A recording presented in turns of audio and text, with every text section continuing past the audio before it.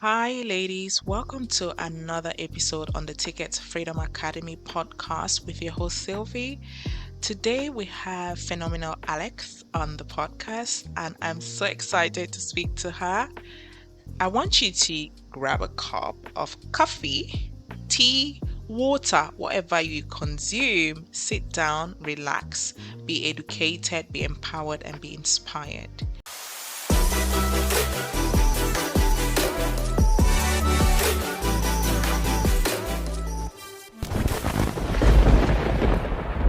Hey, Alex. Hi, Sylvie. It's so good to be with you today. How are you? I'm well, thank you. Thank you so much for having me on your show today. It's so good to Oh, be here. thank you for agreeing to speak to me. I cannot wait for you to just speak to women out there. Like I was telling you off cam, I really want to get freedom to be a place where women can come, an encyclopedia for women where they can just come and just walk away feeling so empowered because of Mhm. everything that they've learned from other women. It's easier to learn from our own from our own gender, isn't it? So today I want us to have a conversation about you as a woman and really about your journey to freedom if you feel that you're free.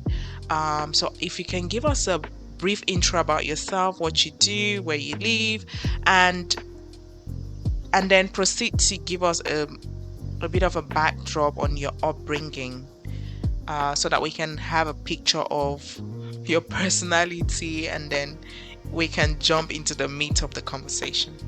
For sure. Awesome. Well, I'll start with where I am today.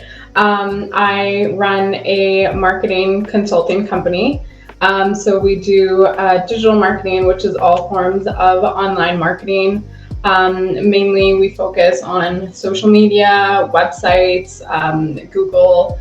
And how I got here was really I started my journey in business and marketing about 10 years ago when I was straight out of high school, about 18 years old. I went into doing marketing for several large vacation resorts. I was living in Cancun, Mexico at the time, and I was offered a job in marketing for a very large resort there. They needed people who spoke English as a first language, and they were willing to train these people on the job. And so they took me on with really no experience in business or marketing, and at a very young age, which was great for me. I learned a lot about business, marketing on the job. And that's where really my journey started. I did that for about 4.5 years or so. And I learned so much about business, and I really fell in love with business. And at that point, I wanted to progress in my career. And that required me to go back to school to get the formal education, the piece of paper, right, that you so often Right. need to move up. So I did that. I came back to Canada, which is where I now live, and I got my formal education in marketing, specializing in social media and online forms of marketing.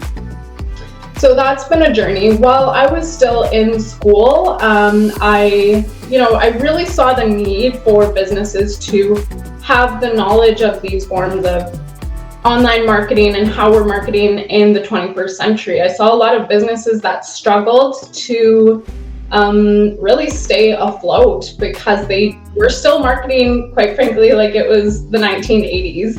And that's just not, so many things have progressed. And of course, business and marketing is one of them. And so I really just developed a passion for helping businesses and specifically business owners to really get ahead and stay ahead in their business. And the way that I found that I was able to do that was by helping them with their marketing. So I launched my company when I was still in school, actually.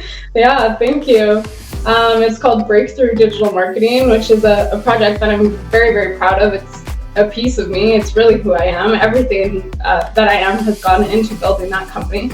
And and it's been just such a journey over the last going on 10 years now, since starting this whole journey when I was 18. But the thing that I love is really how all the pieces of the puzzle kind of start to fit together. When I was young, I wasn't sure really what I wanted to do. I think at one point I wanted to be a veterinarian, and At some point, I also wanted to be a dolphin trainer, like the most random thing.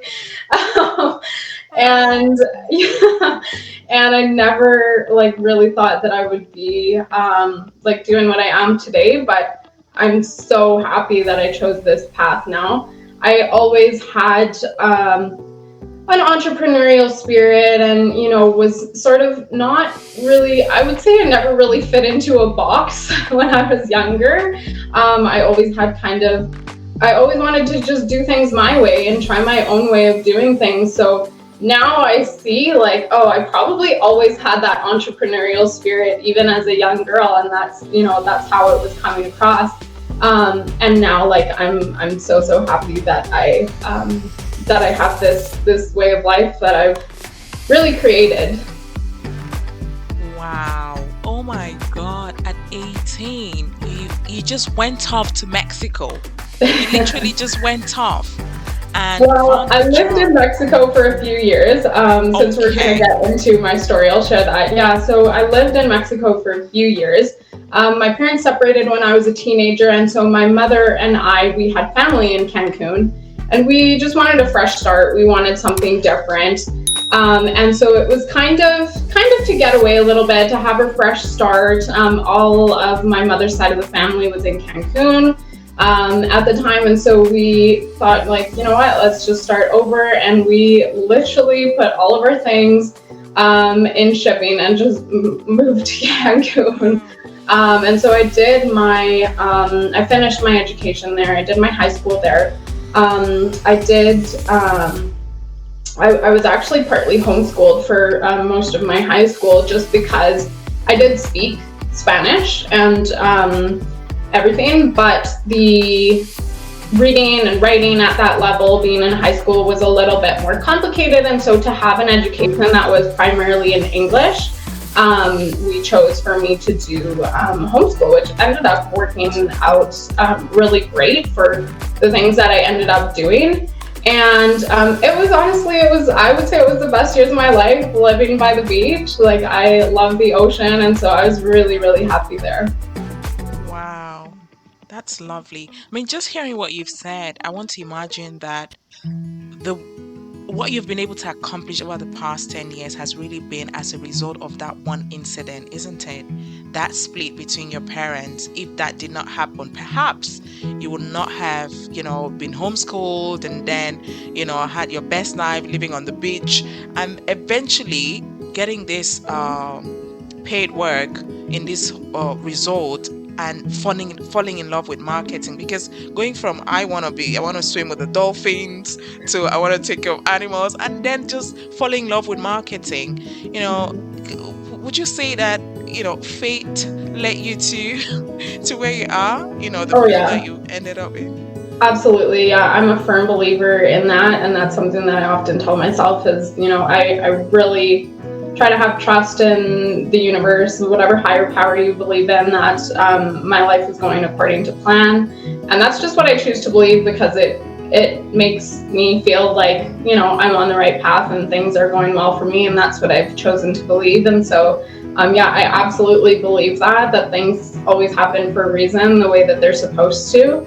And yeah, I guess I never thought of that, but that is so true. Yeah, if I hadn't ended up there, who knows? My path could have been very, very different.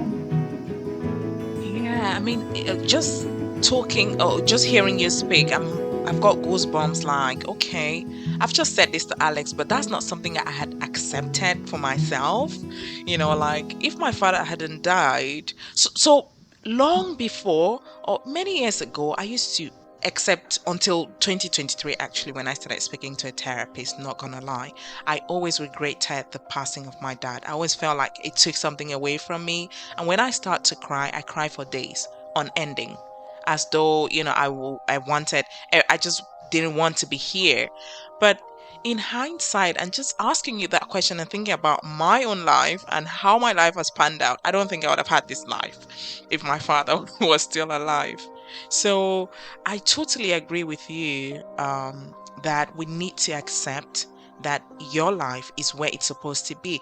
Because right now, since I accepted after therapy, I'm so much at peace, Alex. Like, I'm so much at peace with myself, with everything around my surrounding, and I'm much more kind to myself and my existence. So it is absolutely powerful just hearing that you're living life as in everything that happens is supposed to happen, and you just soak everything in and embrace it. Ladies, did you hear that?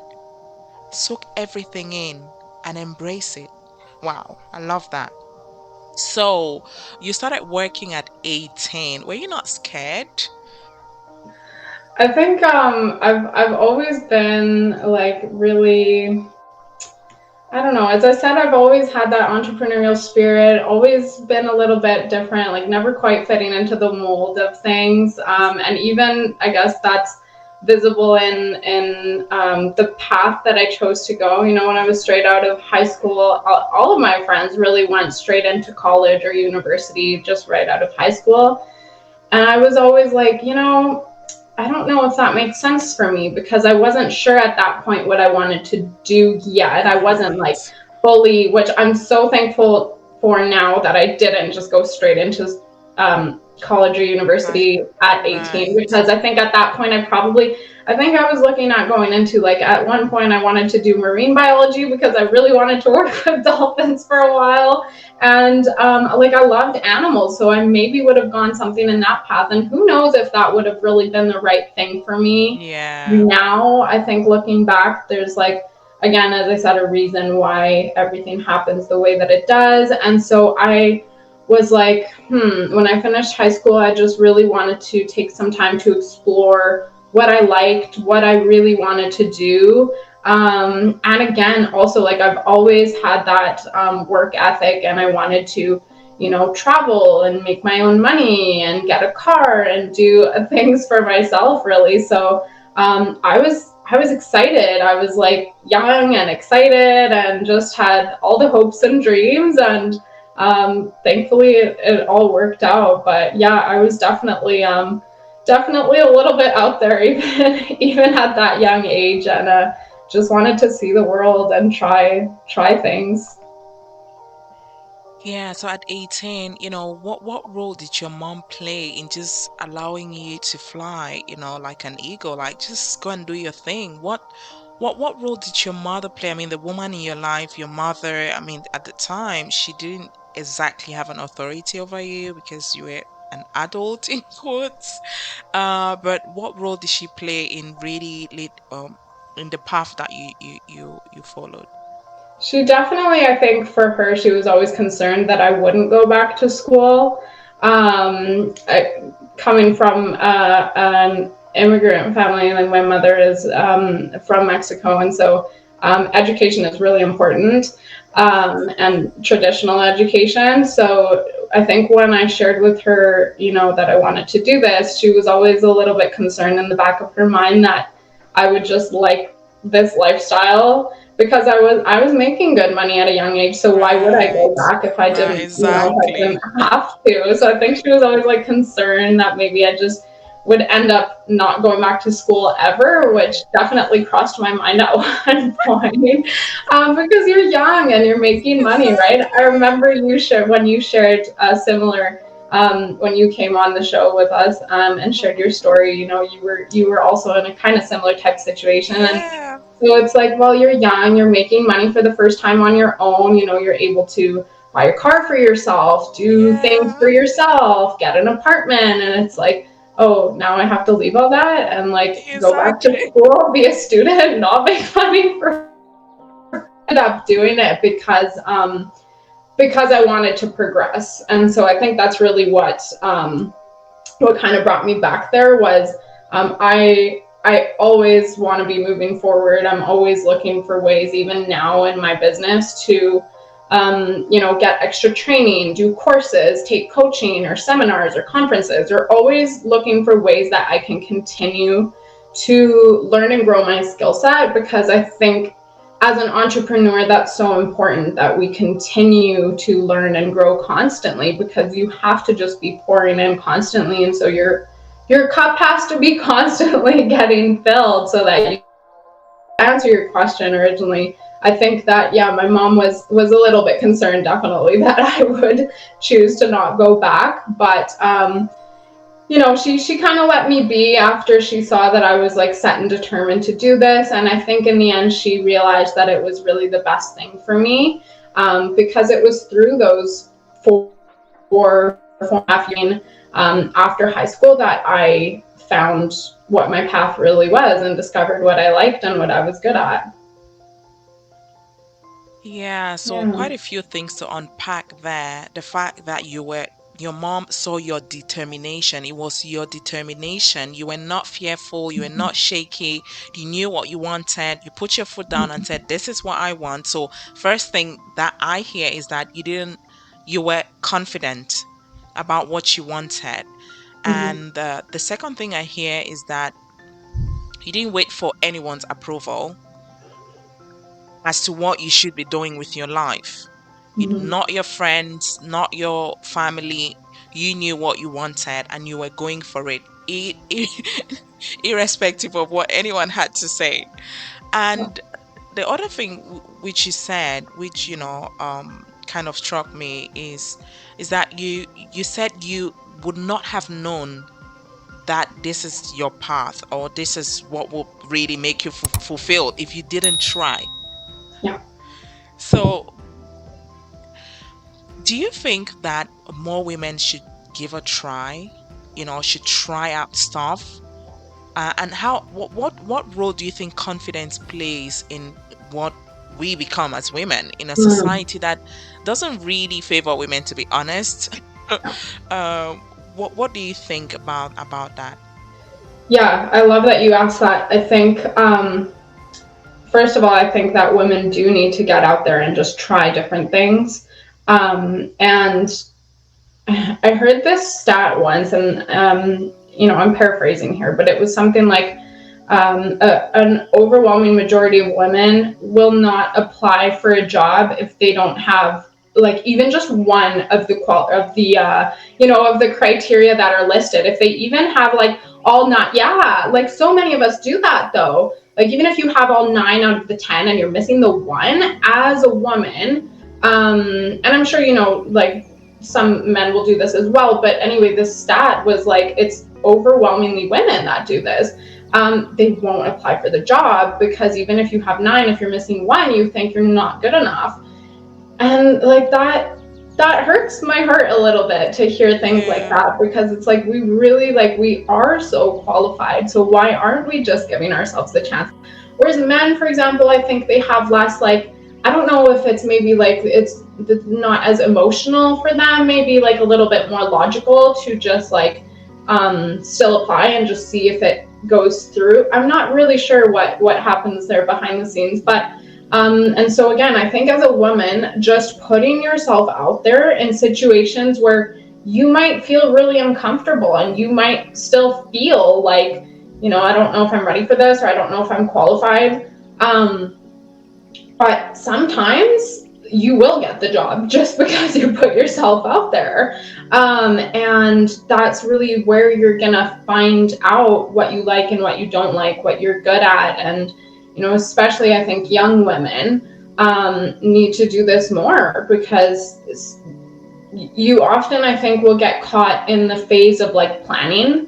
And you can do all the research and do all the planning, or look at your different options and make pros and cons lists, but at the end of the day, like it's the action that creates the clarity. And that's actually something that I have on a sticky note over my desk, because I still have to remind myself of that every day. But the clarity comes from the action.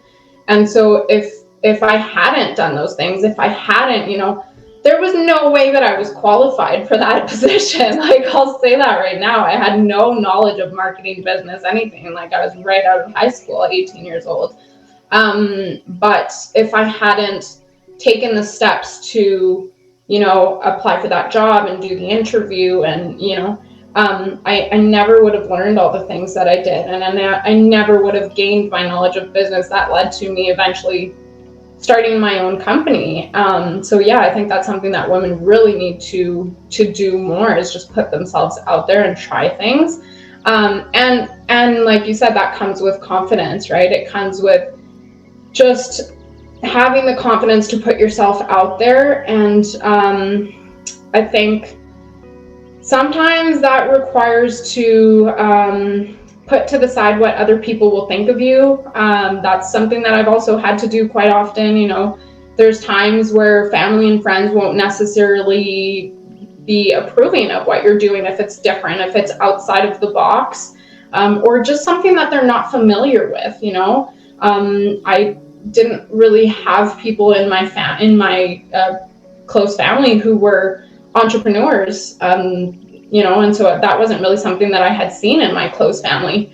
But it's just having such a conviction to that thing that you're willing to go through with it, no matter what other people think, no matter what your friends or your family think, and just knowing that it's gonna bring the results that you want at one point, and just following through. And there's there's one phrase that I really like that says that in the beginning, when you're building something, whatever it is, right? It doesn't matter what it is. If you're building a business, or you're working on a project, or you're learning a new skill, your biggest asset, your most important asset, is your confidence. And if you don't have that confidence, you know, as I said, going into a new business or launching a project, it's going to be very difficult to accomplish those things without that confidence. So you have to protect your confidence at all costs, whatever that takes. Wow, Alex. Wow, wow. I was talking to the previous guest, and she was saying that her confidence is what led her to her freedom. Because when she was making her application to go and teach as an English teacher in China, the person who actually connected her to this gig was trying to play games with her. And at some point, she was so confident in herself and her abilities to handle it without a middleman that she said to him, "You know what? Step aside. I'm gonna take this from here." Although she didn't know anything she was doing, she hadn't done this before. She had not the foggiest idea, but she just took hold of the whole process, and eventually ended up not. She ended up saving $4,000 from this process because of her confidence. And then yeah, she ended up moving to China on her own and through her own initiative, and then eventually got a really nice role at a very nice, a better school even, and was able to save a lot of money from that process. And she kept hammering and belaboring the point that confidence is what got her to where she eventually ended up. And that when she before she even took that trip from Africa all the way to China as a teacher, she didn't even like teaching, you know, but she was confident that she was going to be okay. And the second thing is that she said that she was already very confident before she even started earning her own money and became financially independent. So she asked me that, imagine how confident I became when I had my own money, when I started making money. So it just goes back to what you said previously. Like, when you started earning your money at 18, you were already confident about what you wanted out of life. And then you started making money. You were learning, you were growing as a person and also on a job. You were finding yourself on your path, and eventually, just basking in your own, self-fulfillment and your growth, quite frankly. So it's really powerful. That word confidence, is an overrated word, uh which a lot of us claim that we have it, but do we really do? Do we really do? I was speaking to a young woman 2 days ago. I actually invited her because she's on my WhatsApp. We belong to a Facebook WhatsApp group together. It's a group for women, and I invited her to come and talk to me on the podcast because I like what she's posting on her status. I think she's entrepreneurial, and she said to me, "Oh my God, I'm not really sure. Thank you for the invite, but the business I'm doing is a secret." I was like, what a secret? Yeah, my husband cannot find out because he doesn't want me to do business. I was like, are you kidding me? Like, we're in 2023, you're a young woman, I love what you do. You certainly know what you're doing. And your husband cannot find out. She's like, yeah, he can't because he has asked me not to do it. What's your response to this? Because a lot of women, and there's another woman who reached out to me as well from the mastermind group. She wanted me to coach her. And I charged her for it, obviously, naturally. And she's like, oh, I can't afford this. I've just paid for my Mhm. mastermind. And I can't afford this for a long time because before I paid for the mastermind, I had to save for a long time. So I was like, you're working, right? She's like, yeah, my husband cannot find out that I paid for the mastermind. Are you kidding me? Like, she said she Oh had my to goodness. hide money, over a long period of time in bits in such a way that he will not even Mhm. suspect. I was like, so when you get your salary, what happens? You take the money and give it to him? Like, I mean, I want to imagine I'm a traditional wife, but come Mhm. on, what do you think about women who are being suppressed? That's what I call it because if a man, I mean, at the end of the day, if a woman is earning money, it's adding to the family's wealth. I would imagine the family's well-being, the kind of schools kids will go to, the kind of doctor that the family will eventually have. Two is Mhm. better than one in any case. So Mhm. stopping a woman not to pursue her path or pursue greatness or impact or value addition, is that what do you think women who are facing that situation Yeah, should be doing? that's a loaded conversation for sure. I think you said something really true when we were off camera. You said when you are well, your children will be well, right? And I think, for us to raise healthy, the next generation of healthy adults, um, the woman, I think, really sets the tone of the family for what the family culture is like, what the family dynamic is like. For me, that's something that I knew from a very young age, was that the partner that I would choose to have a family with, would be incredibly important, because it would be, not only just for me but also for my children. And obviously, it's a decision that affects the entire course of your life. But absolutely, like, a woman has to be empowered to, want better things for herself, and not. I understand that not every woman has a desire to go into business, nor do I think that that needs to be the case. Some women are fine with not doing that. But I think if you do have a woman who is, has a spirit of wanting to go out and do more and create more, it's not only for herself that she's doing it, it's also for her family, it's also for the children, it's also for the, as you said, the wealth of the family, and really creating that legacy that's also affecting the children. So why would you stop that? Why would you try and stop that? And I get that there's a lot of different factors that play into it.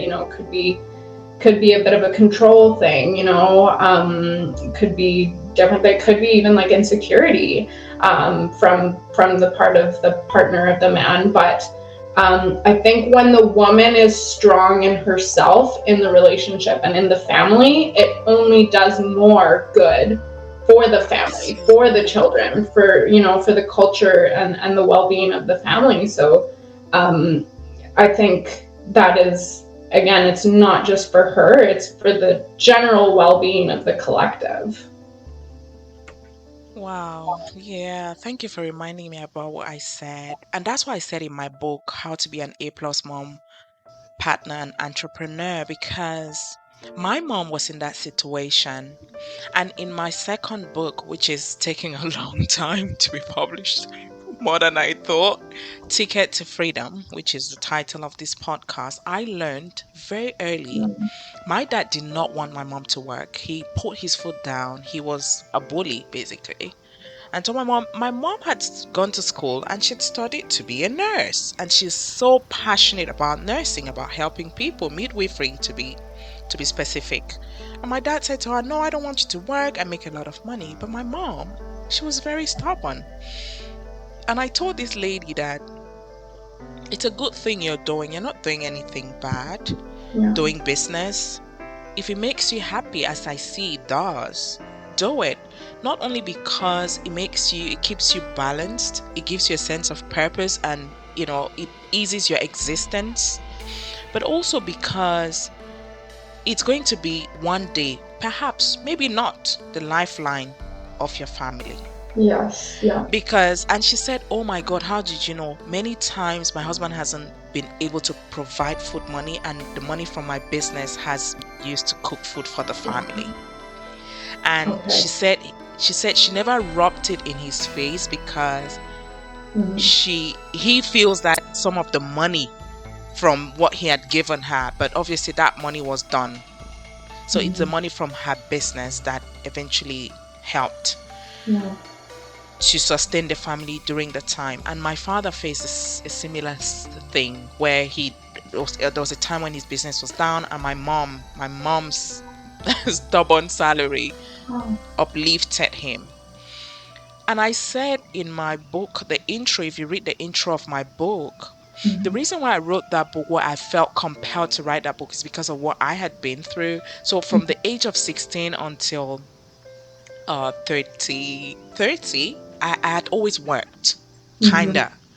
And to not work during COVID-19 was something hard for me to deal with. I Mm-hmm. became depressed. I really broke down. Like my body was giving up because for the first time I didn't know what to do with my life. Besides Mm-hmm. kids running rings around me, screaming left, right, center, I was pulling my hair off.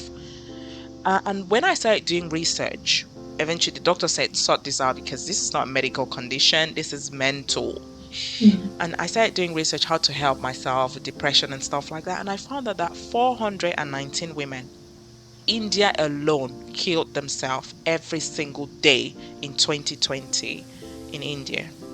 419. Yeah. So I just shot to be able to understand the gravity of this stat. I just closed my eyes and imagined someone holding my hand, taking me to a camp where there were 419 women laid in cold blood every single day for the entire year, to give me the total number of women who killed themselves. And guess how they did it? Suicide, threw themselves in front of a train, drank poison, hung themselves, and um, drowned, hung themselves, drank poison, and threw themselves in front of a train. In front of a train. Yeah. And the reason why researchers found is because they didn't have a sense of purpose. Mm. They didn't have financial security. They were in abusive situations and they had children too early. Okay. And for me, what I underline, which is for me the biggest issue, is purpose. Yeah. Nobody's gonna take their life away if they feel like they have a sense of purpose. Having kids early is not really a biggie.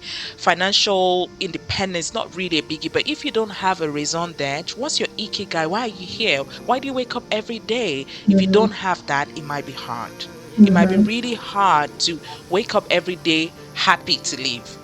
Mm-hmm. So if this woman that I see, I see her posting on her status, that's what keeps her going. Mm-hmm. Uh, a lot of women, and this other lady who is hiding from, even her, she said, my husband cannot find out I'm on Facebook. I'm like, are you kidding me? Like, what sort of life is this? I'm Yeah. not telling you to go and separate with your partner, but I think it's time for you to have a firm conversation to say, listen, because I know how this works. If this continues over time, not only are you not happy, if you're not happy, you cannot give what you don't have. So your kids are affected. Mm-hmm.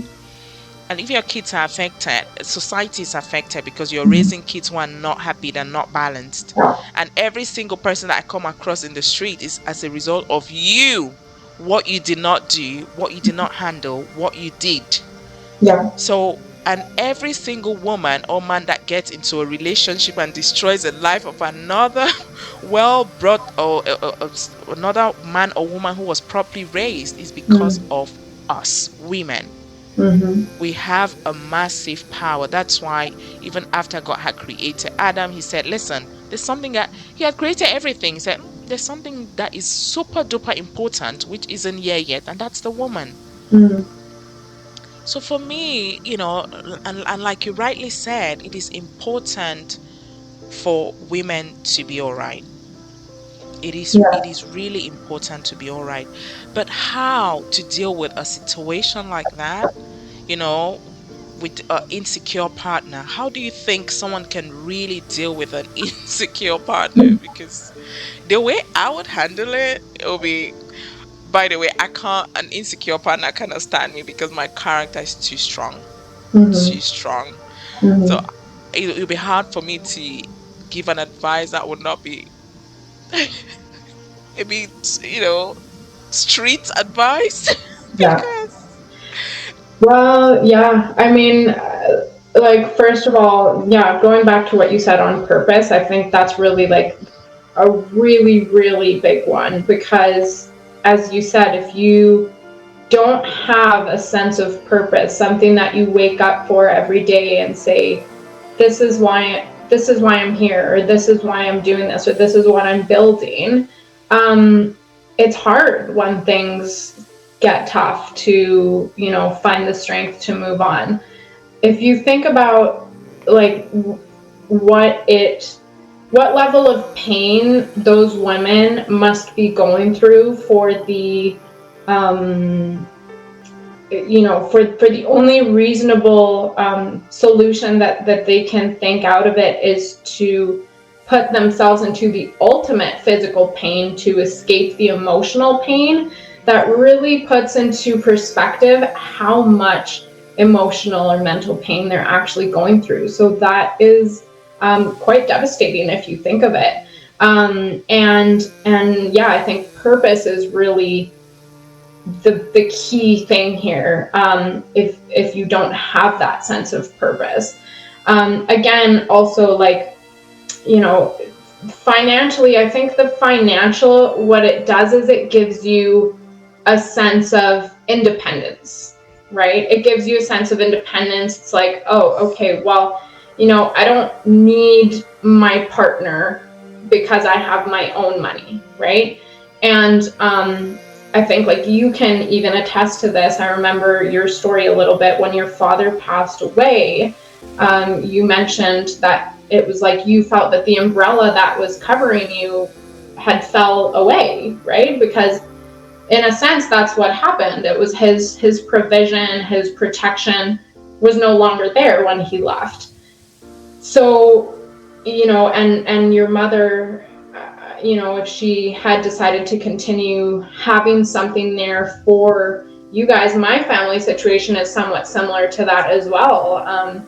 Even, like, throughout generations, like back a few generations, it was a little bit similar. Like our the grandfather, which I guess this would be like several generations ago, but where the grandfather would have like lands and, businesses and properties, but the woman was never taught to administer those things correctly, like how to do finances, how to run a business, how to, and so what happened is when the man of the family passed, the woman had no idea, like absolutely no idea, because of course she was intentionally kept out of those things.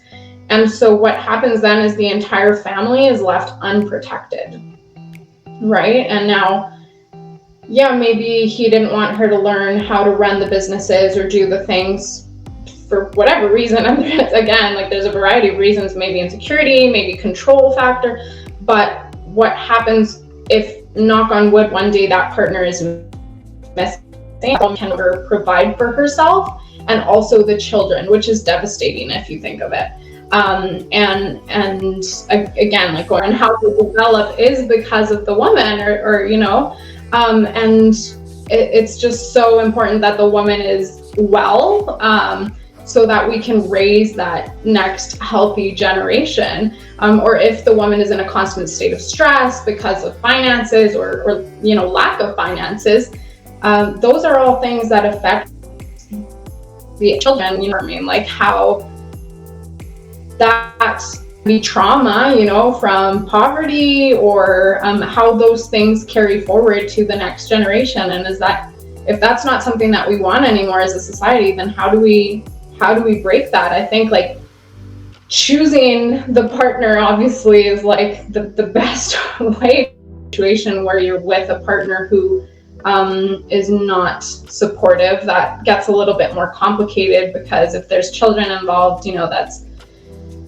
it's not ideal, right, to break up the family. But I think really what for me the way that I would go about it is from more of empowering women to really look at the partner that they're choosing before they choose to start a family with this person, so that they know, okay, is this a person who's going to be supportive of my aspirations?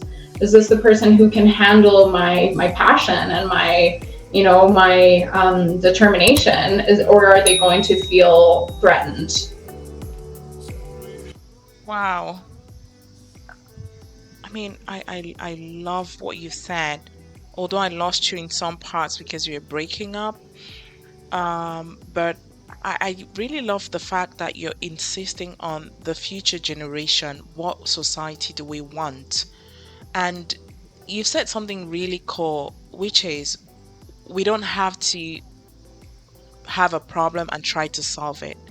Why not avoid the problem altogether by making the right choice? Who is going to be the king in your kingdom? That person, that's the homework you have to do instead of getting into the whole partnership thing and then dealing with all that hurt. But you have to solve the problem before it even gets to a problem. Yeah. That's something I doubt that a lot of women do because, especially in a society like Africa where people are betrothed and women are actually, just sent to marriage. It's true that it's not happening a lot now, but I was talking to a young girl in my young and independent community, and she actually messaged me and said, Coach, I need to talk to you. I feel very bad. What's going on? Oh, my parents are putting pressure on me to marry. I'm not ready to marry. I have a lot of things to accomplish in my life.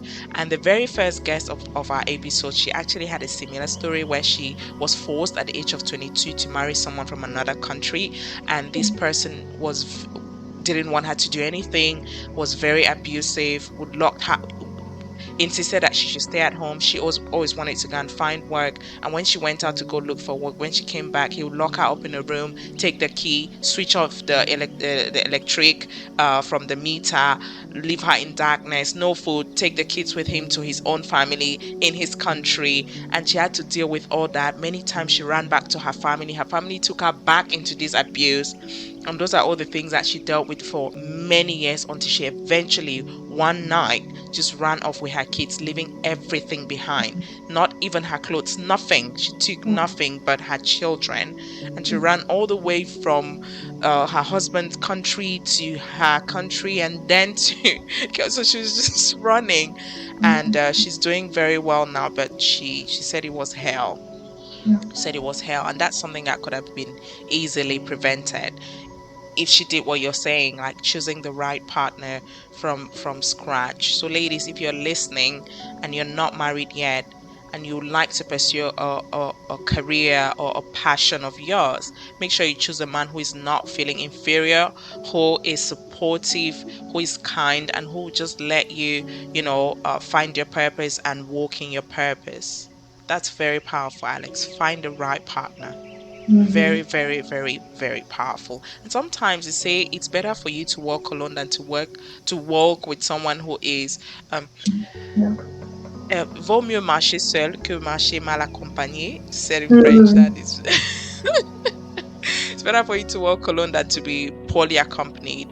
Yeah, to be to have bad company. It's better for you to walk alone, because most of us think that marriage is, the ultimate, but you don't want to be in a situation where you're regretting every single day while you're even on earth. It's better for you to be living your best life alone. Yeah, that's really powerful. So, Alex, if I may ask, do you feel like you have achieved freedom? What was freedom to you in the first place? What, because the title of this podcast is Ticket to Freedom. What is freedom to you? And how did you achieve your freedom? That's a really big question, actually. That's a great question. I think for me, I think I view freedom as being able to set my own rules for how I want to do things, being able to set my own schedule, and not having to conform to the way that I should be doing things, or the way that everybody else is doing things just because you have no other choice. For me, that's really what it means. I really chose the path of building a business, starting a business, and it has not been easy, of course. I will put that out as a disclaimer.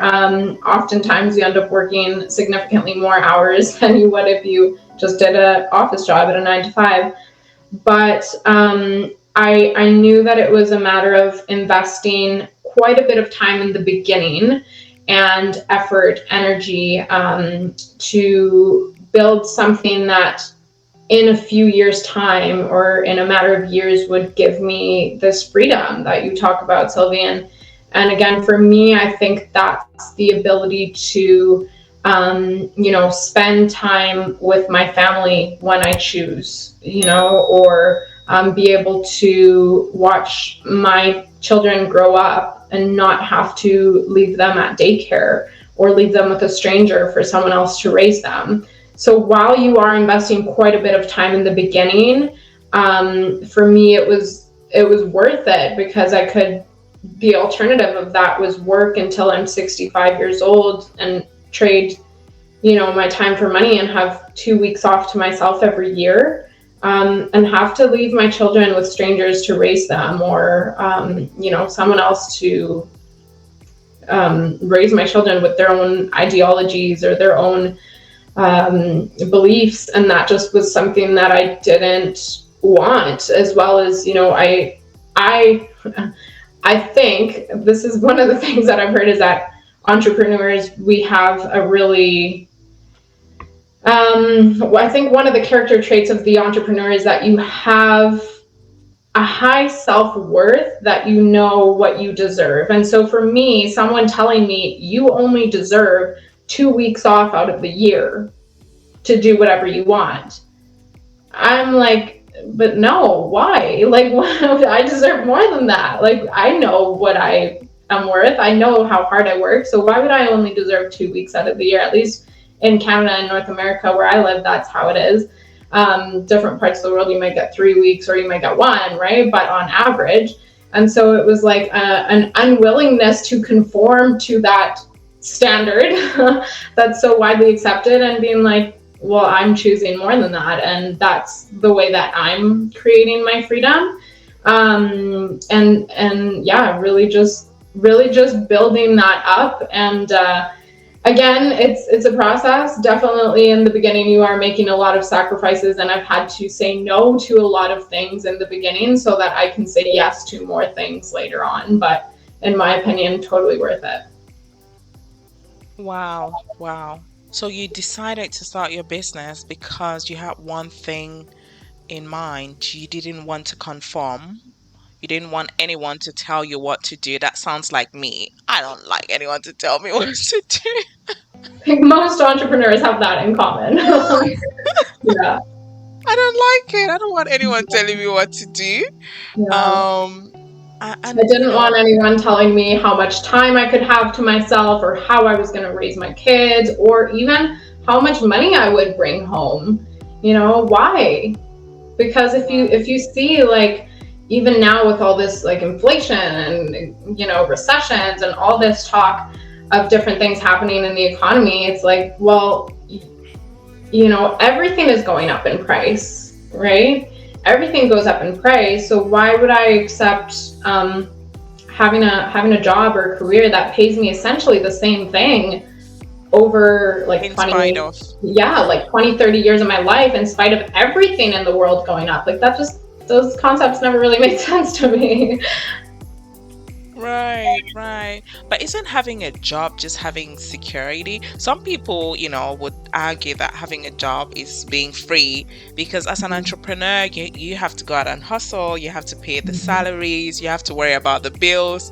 Unlike being an employee where you just, worry about your tasks. Once you complete your tasks, you just count the days of the week, and at the end of the month, you get paid. What do you make of that? Yeah, I mean, absolutely, and we do need both sides of the coin, right? Like, if also if the world didn't have people who were willing to be employees, like things would fall apart, right? We still need, and so it's not necessarily that's a bad thing. And some people actually, that's how they prefer to not take the stress home, right? They prefer to just go to work 9 to 5, turn their brain off when they come home, and just not think about work or do anything else relating to work when they get home, which is fair. Like, there are definitely times where I think being an entrepreneur is so taxing on your body, your emotions, your energy level, because you are constantly pouring of yourself into this thing,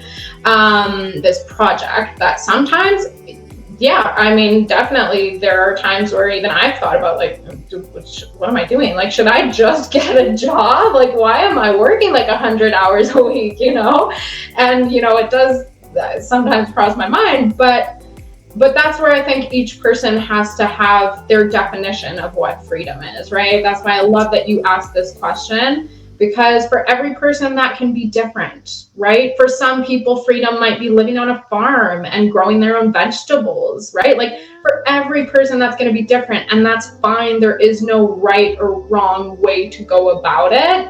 And I'm certainly not here to tell anyone like my way is better than theirs. But for me, this was very strongly something that I felt this was my version of freedom, and I would protect that at all costs. Right, right. I mean, you're absolutely right that freedom will mean a lot of things to a lot of people. However, I believe that there's a fundamental to freedom, and it has to do with money. There's nothing we can do without money. There's nothing. Because even those who decide to live on a farm, if you get sick, you need to go to hospital, and having Mhm. that money gives you the freedom to choose the doctor that you want to see, the quality of medical care that you're gonna get, without depending on, if you're living in a social country like the UK where there's an NHS. If you decide that you want to be free and you have your money, you can go to private doctor. You don't have to wait Mhm. on the NHS list for weeks. I literally wait sometimes 3 weeks, 4 weeks. There was a time when I was sick in this country, like really sick, and the doctor saw me when I was well. It's like I could have died at home. Yeah. Well, Exactly. I exactly. Yeah. was. I'm like, if I had the funds, I would have had my insurance, and I would have just gone to see a private doctor. Hmm. So Yeah. working towards, and like you said, you know, some people, maybe some women just don't get this concept yet, that being free, it has to do with being financially empowered to a Mm, certain yeah. extent. Yeah. To a Yeah. certain Absolutely. extent. Totally Even agree. I was in Kenya recently, and I was having a conversation with this NGO, and they said that most of these women who endure abuse, they're supporting women who are going through abusive Hmm. relationships, they stay there because they don't have a penny. They can't leave. And they cannot report the man, because if he gets arrested and jailed, who pays for the bills? Who pays for tuition? So they stay there. Hmm. So Yeah. being free is, like you said, being able to make choices. But how do you make choices without having the economic backup? How do you really make choices without being able to say, you know what, today I don't want to do anything. I just want to spend time with my children. I just want to spend time with my partner. I'm going to switch off my phone because I don't want anyone to call me. You cannot switch off your phone when you have a boss and decide not to go to work. You'll be fired. So having that freedom really is something that we have to contemplate, that should we include economic empowerment into that freedom to make us whole in the whole freedom thing. Because if you don't want someone else to raise your kids, and you're not forced to go out and work, it's because you have another way to make the money to be able to buy the toys for your kids, to be able to take your kids to the fancy holidays. So financial freedom for me is a Hmm. baseline of any freedom, irrespective of what we decide to do with our lives. Do you, or do you not agree? Oh, 100%. Yeah, 100%. And that's actually one of the things that I was going to bring up is, if, I know that a lot of people feel differently about money. I actually, in the past, I had a partner who would say that, money wasn't really important to him. And, I know that belief that a lot of people do have, like money isn't everything. You'll hear people say that all they need to be happy is love. And again, this partner that I had, he had, that way of thinking. And while that's fine, for me, I saw that and it was like, I want to say almost a bit of a red flag to me, because it's not that money is necessarily going to buy your happiness, right? It's not that we're superficial and wanting to have like the most luxury of all the things. But as you said, money is in a sense security. It is having the ability to pay for a doctor in an emergency, or buying the medication that you need or your children would need. It's the ability to access choices like education or proper nutrition. Eating healthy requires to have a certain level of income, right, of finances. And so for me, it's not exactly the money itself, but it's what the money allows you, the choices that money allows you to have. It's, again, as I said, it's the nutrition, it's the healthcare, it's the education, and really just the choices that are open to you by having a certain level of income versus not having it as well. A woman in a situation of abuse, try and get out of it without money. It's going to be much, much more difficult. And if there are children involved as well, because how would the woman leave the man being the sole provider with the children if she has no way of supporting them, right? So it's a lot of different things that play into this. But I think just saying like, oh, money isn't everything, or all I need to survive is love, is a little bit, it seems a little bit naive to me, and a little bit like, yeah, like you're not looking at all the different aspects. And especially I think when it comes to a family, like what are you going to put on the table? Are you going to put a plate full of love on the table to feed your children at the end of the night? How's this gonna work, right? Like, I'm sorry, but I'm also a realist, and so like that doesn't really make sense to me. And I think it definitely, yeah, there's a lot that goes into it, but absolutely, I love that you asked that question. Yeah, no, at the end of the day, they're going to say, oh, kids, come up, come on, cuddle with mommy and daddy, and off you go to bed. I'll be like, really? Yeah.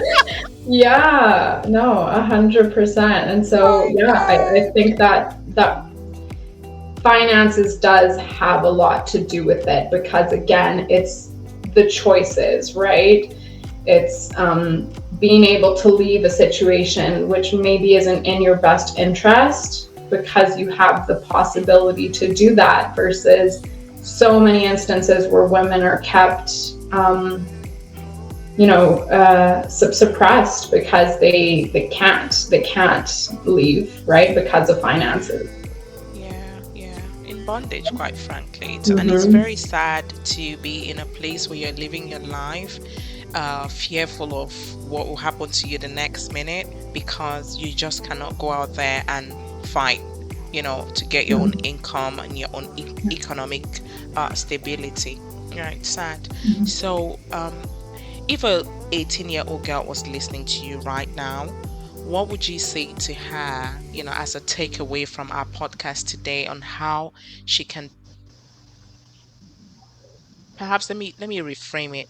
What 3 steps or 5 steps, let's keep it five. What 5 things would you say to a young girl listening to us right now who would like to achieve freedom?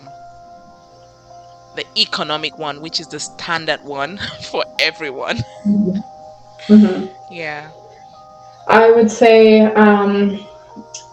definitely work on your confidence, because that's your number one resource. That's your number one asset. Yeah. And that's really going to be the determining factor in everything that you do, and how it plays out is how confident you are. Often, the person that gets the job is not even the most qualified one, but the one who shows up with the most confidence. And so, number one, I would say your confidence. Number two, I would say really just putting yourself out there and trying different things, because that's where you'll see what you're good at, and where your gifts lie, where you're able to really bring value in the marketplace. And I Number three, I would say not to focus on relationships early on in your life, to not make that a priority, and to really just focus on making your life the way that you want it to be, like working on creating your ideal, your dream life, whatever that means for you, however that looks for you. And once your life is so full and so complete on your own, your standards will be so much higher for the type of partner that you accept, because your self-confidence will be higher, your self-worth will be higher. You'll know that you have these things because you've built them, you've given them to yourself. And so if someone comes around and they're, like mediocre at best, you're not going to just accept that, because you know what you're worth. You know how hard you've worked for everything that you have, and you're going to expect the same or better of your partner. So I would say really focusing on yourself and getting your life to where you want it to be before you start looking for relationships, and to also have a very clear picture of what you want to find in a relationship. If you have a clear idea of what you want as well as what you don't want in a relationship, then it will be easier to filter out the people who don't align with that, as well as, of course, making sure that you are those things as well, right? You can't just sit here and say, I want a millionaire who, owns multiple companies and this and this and this, but also not be working on yourself or not be doing things for yourself to create that life for yourself. So, water water seeks its own level, right? Like attracts like. And if you want a partner that is those things or has those qualities or characteristics, then you also have to look at and see, do I also have those characteristics or those qualities myself? Wow. Like attracts like. I love that. For me, that's my biggest takeaway. Attracts like. And I can break that down into the people, the environment in which you hang, the people you spend time with. How you carry yourself will attract those kind of people into your life or repel them. And the quality of your own life and the standard that you set for your life will determine eventually the outcome of your life. Because if you're not confident enough about yourself and your abilities, you will attract insecure men. If you're not confident enough about your abilities and your purpose, you will not take the path that Alex took, to just go on and say, I want to do this. I want to create my company. I'm not going to follow the standard way of thinking, like let's have job security. I want to spend time with my children and I want to be able to take holidays when I want to. So I'm going to go down the harder path and create my business. That comes from building yourself up, your confidence. This sounds easy, but having confidence is not so straightforward. You have to work at it. Like Alex said, like attracts like. The quality of the things and the people that come into your life depends on your personal quality, where you are at mentally, physically, emotionally, financially, and spiritually. So, ladies, work on that and you will be just all right.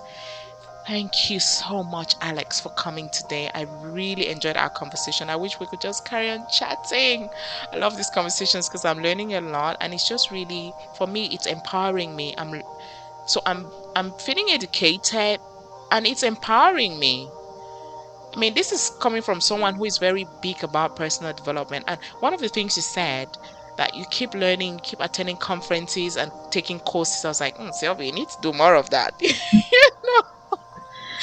You need to do more of that. So, ladies, do more of that. Work on your personal development. Just follow. Let's just follow Alex, okay? She's doing wonderful things. And if more women could create their enterprises with this passion, believe that will raise more confident children. Because when kids come into the world, they're watching what we do. They're not listening to what we do necessarily. They're watching us. Hmm. And that's why my son was able to write his first book at 10, because he sees me at the table always always trying to write stuff, writing Wow. blogs, making videos. And like, Mommy, I want to publish my book. And his book is on Amazon today. So kids watch. They do not Okay. listen. Yeah. Yeah. I'm sure you're going to raise a phenomenal daughter, and your Thank kids will be you. also empowered by a mother like you. And really, mothers have to realize that, or women in general, have to realize that the power of the world as we want it is in our hands, Mhm. and every step counts. Every little step that we make towards a better future for our children, ourselves to start with, our children and our communities, countries, and then the world at large, is something that we should work towards. Thank you, Alex. Thank you so um much, Sylvia. So appreciate you, and you're doing incredible things.